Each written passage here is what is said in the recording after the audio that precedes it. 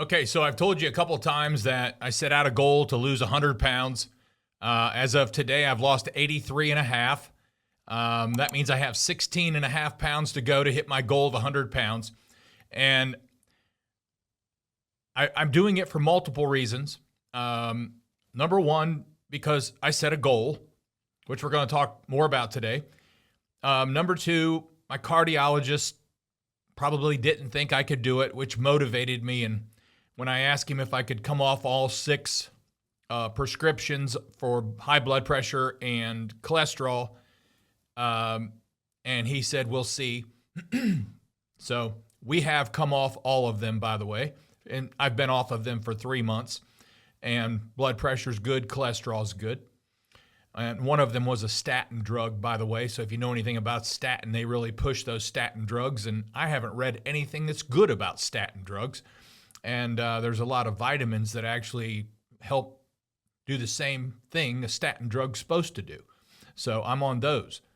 So anyway, we had our first granddaughter about 7 months ago, Corinne, and I just wanted to be able to get on the floor and play around and get back up fast and walk, run, do what I used to do. So I set out a goal to lose 100 pounds. And that was October 5th, 2023. And today is April 27th, 2024. So not quite 7 months yet, but we're hoping to hit the 100 mark by June. So I'm going to tell you more about this in a minute, but because a lot of people are asking about it, so I'm continuing to talk about it because it's, number one, not too many people lose 83 pounds. Only 1% of Americans can lose 100 pounds without surgery, so I want to be in the 1 percentile. And since I'm working out, when I hit the 100 mark, it's a one-time deal. I lost 100 pounds. If I gain 20 pounds of muscle over the next 3 months after that, I don't care. I just want to lose the 100 pounds and then go from there. Continue my transformation and my healthy living process, but I don't care once I lose it. It's a one-time deal. I lost it. Check it off the bucket list. Okay? So I hired one of the best trainers around, Larry Pacifico. He was a 9-time world champion power lifter. He's right here in Dayton, Ohio.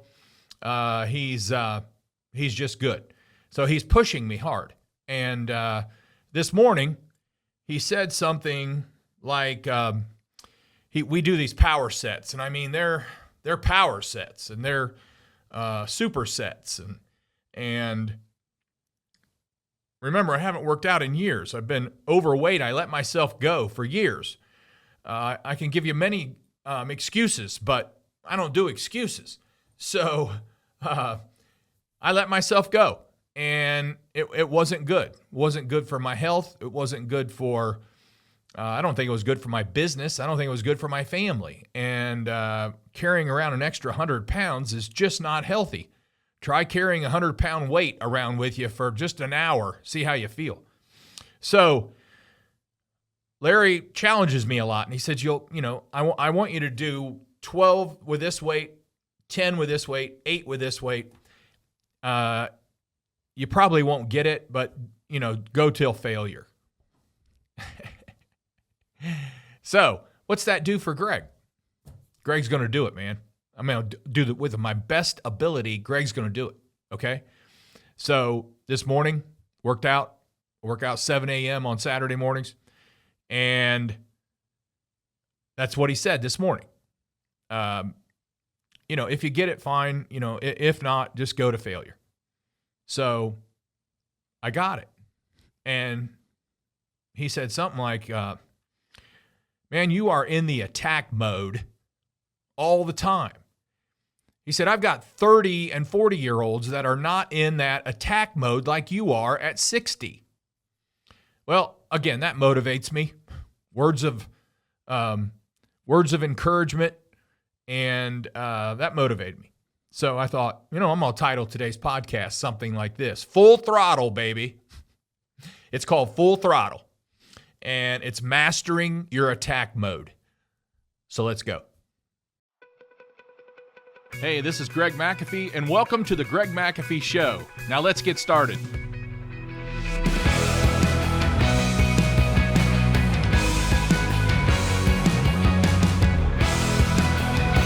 Welcome back to the Greg McAfee Show, where we discuss steps to successful entrepreneurship, how to take your business to new heights, and ultimately follow your dreams. And today, like I said, full throttle, mastering your attack mode.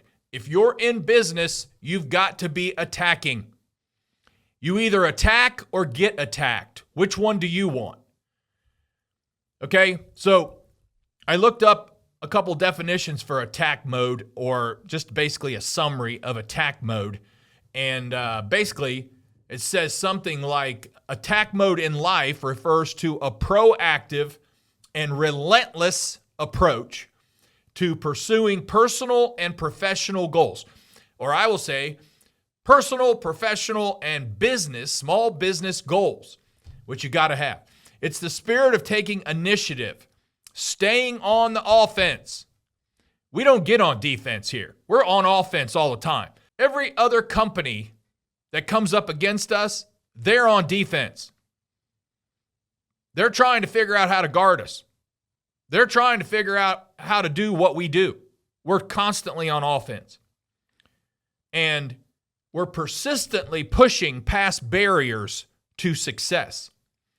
Now, this mode is about seizing opportunities with vigor, facing challenges head on, and continuously striving for excellence without complacency. It involves cultivating a mindset, listen to this, that is prepared, resilient, and always eager to advance. If you're on offense, you're advancing.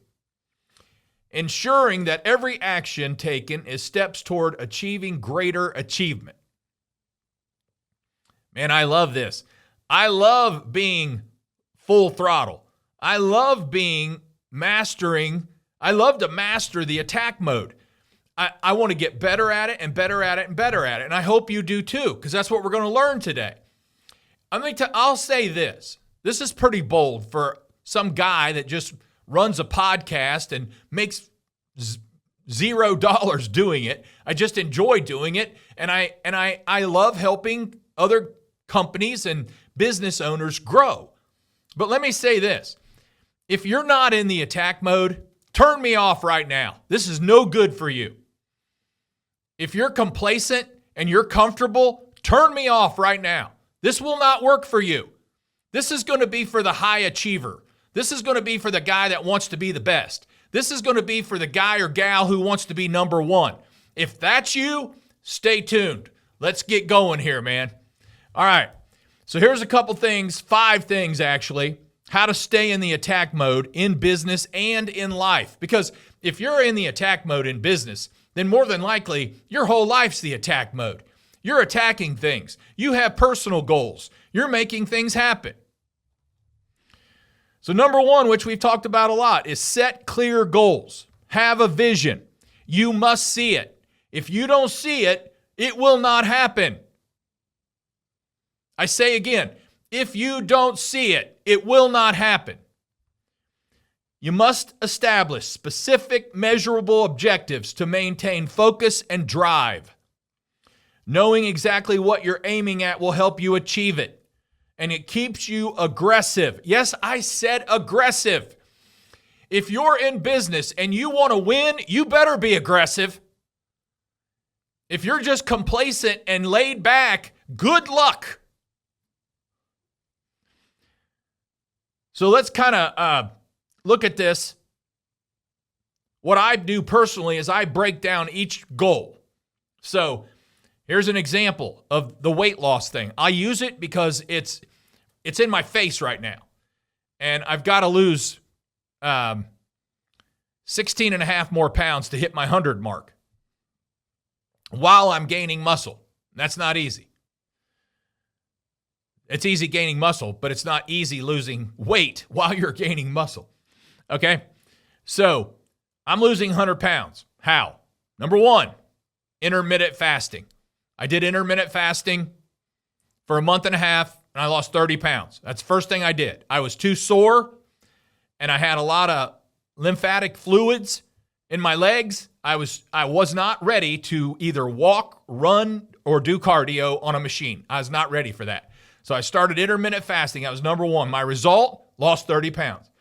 At that point, I started feeling better, which got me on a elliptical machine. Result, in 2 weeks, I lost another 10 pounds. So now I was up to 40 pounds. Then I hired one of the best trainers around because I just wanted to go for the gusto. I wanted to go for the best. I'm 60 years old. I don't have time to try other people. I want to go for the best. So I hired the best trainer. My result, I'm gaining muscle. My whole body has transformed. The composition's completely different than what it used to be. And I've lost another, I don't know what it is now, 43 and a half pounds, 44 and a half pounds, somewhere in there with the trainer. So that was the result. And then I break that down. What else did you do to lose 100 pounds? Well, additional items are no added sugars. I don't eat no added sugars, no breads, no dairy. I started a walking regimen. I take multiple handful of vitamin supplements that I need. I drink about 170 ounces of water every day. I'm on a very high protein diet as well as intermittent fasting. I eat somewhere around 230 grams of protein every day. Plant-based, animal-based, combined. Don't have a preference for other. Plant-based is fast. I can make a protein shake and have 75 grams of protein right there in one shake. I eat very healthy, fresh vegetables. And I started rebounding several weeks ago on a small trampoline. And I basically do, by the way, I also still do cardio 6 nights a week, 30 to 40 minutes worth. So before I do cardio, I do 3 to 4 minutes on the rebounder, the small trampoline. And then after I'm done with cardio, I do 3 to 4 minutes on the rebounder. So I'm getting between 6 and 8 minutes on that rebounder. And if you read anything about rebounding, it can help a lot of different things. It can help your joints. It continue to help remove lymphatic fluid, which even though I've lost the weight I've lost, I still have some. I had both my knees replaced, so I just had a lot of fluid in my legs. So anyway, and I had both my knees replaced in the last 18 months. Okay? Also, then we talk about seeing it. You got to see it. So how am I going to see it? I already visualized wearing, I was wearing as big as a 44 waist and a triple X shirt. And I had to stretch it out before I put it on. So I'm down. I visualized wearing 34 waist, which I wore while I was still in the Marine Corps Reserves, and a large shirt, which I wore in the Marine Corps Reserves. So that's what I visualized. Today, I'm wearing a large shirt, and I just ordered 35 waist. I didn't even know they made those, but they do. And they fit me great. So by the time I lose the rest of the weight, I should be in 34s. I set the whole picture, man. I set the whole goal. And that's what has to happen. You have to break things down. You have to see it. You have to make it simple. And as it all comes together, there's a lot of value there. I did a Facebook Live the other day, and I never tell people this is what you have to do. This is just what I've done. This is what I've done, and you can take. Not everybody will do what I did. If I listed it all out, there's like 10 items that I do, 10 changes I've made in my life, 10 habits that I've started doing or stopped doing. And I said, you don't have to do all 10. if you just pick 2 or 3, you'll lose weight. It'll just take you longer. You can pick 2 or 3 of any of these, and you're going to lose some weight.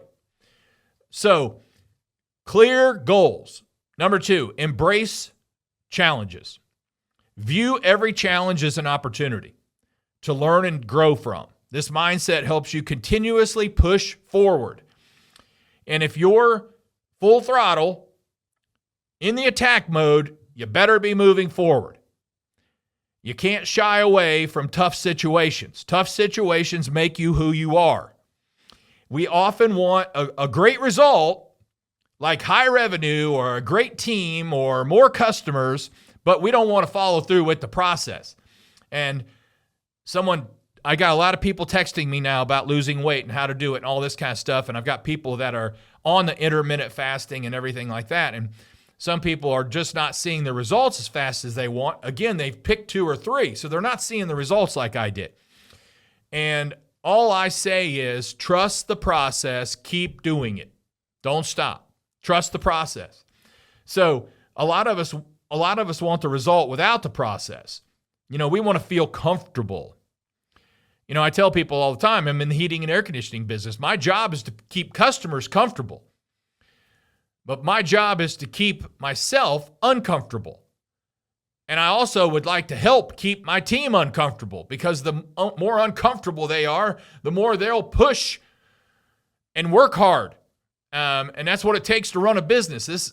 We're not a nonprofit.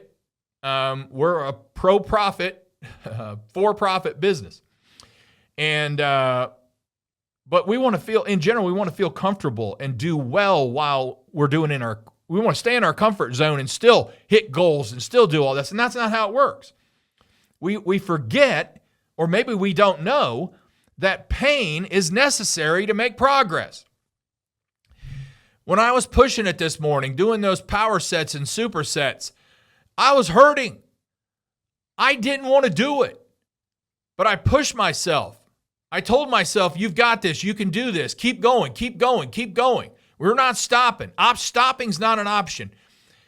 I have went to failure. And at times, if you've lifted weights, failure's a good thing, because you're burning, man. And so I have went to failure. There's nothing wrong with failure. But a lot of times I don't want to go to failure. I want to keep going and hit that number, the amount of reps I'm supposed to do without failing. So there's going to be pain. And pain is necessary to make progress. Don't forget that. There's pain in business. There's pain in business growth. Anytime you're growing, there's pain. It's painful. You got to change something. It's not all fun. If it's fun, everybody'd be doing it. It's painful. It's painful to run out of money. It's painful to not have enough capital to do something. It's painful to not have enough people to do something. It's painful when someone quits on you and you didn't expect it. That's painful. It's the art of running a business. It's painful. It's not a feel-good thing. Sure, there's some feel-good times, but most of the time it's painful. You're working hard. It's not easy. All right, number 3, many times we're just so soft. We're too soft to ourselves. You hear things like, I've come a long way. I'm doing better than I was last year. Does that mean you get to relax? I don't know. Others are doing better than me. They're just lucky. No, they're not lucky. They're working harder than you, and they're working smarter than you. Just face the facts, guys. It's not really my fault. I'd like to lose weight, but I guess I don't look too bad, or I don't want to go through all that hassle. Who wants to work out 3 times a week? Really? We just need to be honest with ourselves. Tell it like it is. The brain will absorb and get to work. And don't let, I often talk, be careful what you say to yourself. Don't be so negative. But in some cases, let that negativity inspire you. Let that self-talk hurt you a little bit and let it motivate you and lift you up. Somebody's got to tell you. You might as well tell yourself. Sometimes I just tell myself, I suck. You got to get better at this. You got to get better at this, or someday somebody's going to pass you up. You got to get better. And I take it and run with it. And I get better. I'm not telling myself nice, sweet things and how good I am. I'm not that good. All right, the next one, stay prepared. Preparation is the key to confidence and execution. And spend some time planning and strategizing to ensure you're ready to seize opportunities as they arise. And just a few weeks ago, we discussed confidence and how important it is, and especially as a leader. I personally say it plays 80%. It's 80% of playing the game of business. Confidence. You can know a lot of things. You can be extremely smart. You could have went to college. You could have got a business degree. But confidence is 80% of your success. You don't have to know every aspect of a business to start it or run it or even grow it, but you do have to be confident. Confidence is the key. Now, I listen and watch some of David Goggins. He was a Navy SEAL. I think he was also an Army Ranger. He was a Navy SEAL. He's known as the toughest man alive. He's done a lot of neat things. He holds a Guinness Book of Records of pull-ups in 17 hours. It's something like 4,600 push-ups. No. 17,600, something like that, push-ups. I should have had that number ready. But it's ridiculous in 17 hours. But he has a quote. He says, "Don't stop when you're tired. Stop when you're done." When you reach that rep, a set in the rep, working out, when you reach that goal, don't be stopping until you reach that goal. That goal is important. Keep pushing toward that goal. Don't get comfortable. Become dissatisfied with not hitting the goal. Nothing happens until you become dissatisfied with something. All right? And then you've got cultivate resilience. Wow. Build your ability to bounce back from setbacks. You got to bounce back fast, guys and gals. There's no lingering or hanging on to a grudge or something. You got to bounce back fast from setbacks. Resilience ensures that you keep moving forward, even when things don't go as planned. This starts in your brain. Your brain, my brain, is the most complex organ in our body. It needs to be, but it also needs to be pushed. Change your brain. That's possible, by the way. Everything starts in the brain, and it needs to be pushed, tested, and challenged. When Arnold Schwarzenegger in his day was working out, he said often the reason he got so defined and bigger than a lot of guys was he was constantly shocking the muscle. He would never let his muscles know what he was going to do. He never got into a routine where the muscle got used to it. And I think we can do the same thing with our brain. I think we can fake our brain out. I think when the brain says, you need to stop, you're hurting, you're tired, I think we can fake the brain out and say, no, I'm not. I'm going to keep going. I'm going to do more. I'm going. You figure out how to work this, but I'm going. And we got to shock the brain. It's and that creates mental strength. God made our brain like no other organ, like no other computer man can make. It's unreal. And he made it to be challenged. He made it to be changed. And there's a lot of statistics on this and testing, but when we come to God, when we encounter God, it's been proven that our brain begins to change in a very profound way. We have more compassion for others. We have empathy. It increases, and our destructive feelings and our emotions decrease, and it's very evident. And we can do similar. Now that's coming to God, so that's extremely powerful. But we can do similar things when we change the brain in I'm not giving up. I'm not quitting. The brain says quit. You've reached your limit. You've maxed out. You have gone to failure. But you can fake your brain out and say, no, I'm not. I'm going. I'm going. And you know that David Goggins, he didn't even like running at one time. By the way, he weighed like 297 and he lost 106 pounds in 3 months. So I just need to lose 16 and a half more. I got to figure that out and make it work probably faster than I have been in a very healthy way without losing muscle. But anyway, you know, he ran a 100-mile race, and he said at the 80-mile, his body failed. He had torn muscles, he had a broken bone, and he peed blood. I mean, it was bad. It was an 80-mile run, and he fell to the ground and he couldn't get up. But he had to fake out his brain. He had to tell his brain, I'm not stopping. We are going through with this. We're going to finish this race in under the amount of time needed. And he did. He did. He shocked the brain. So we can too. And we can't stay in our comfort zone too long. Comfort zone is laziness. We must get uncomfortable. We must become dissatisfied. And lastly, we've got to foster a positive team environment. We've got to hire and surround ourselves with people who also are uncomfortable, because if they're comfortable, they're just not going to fit in here.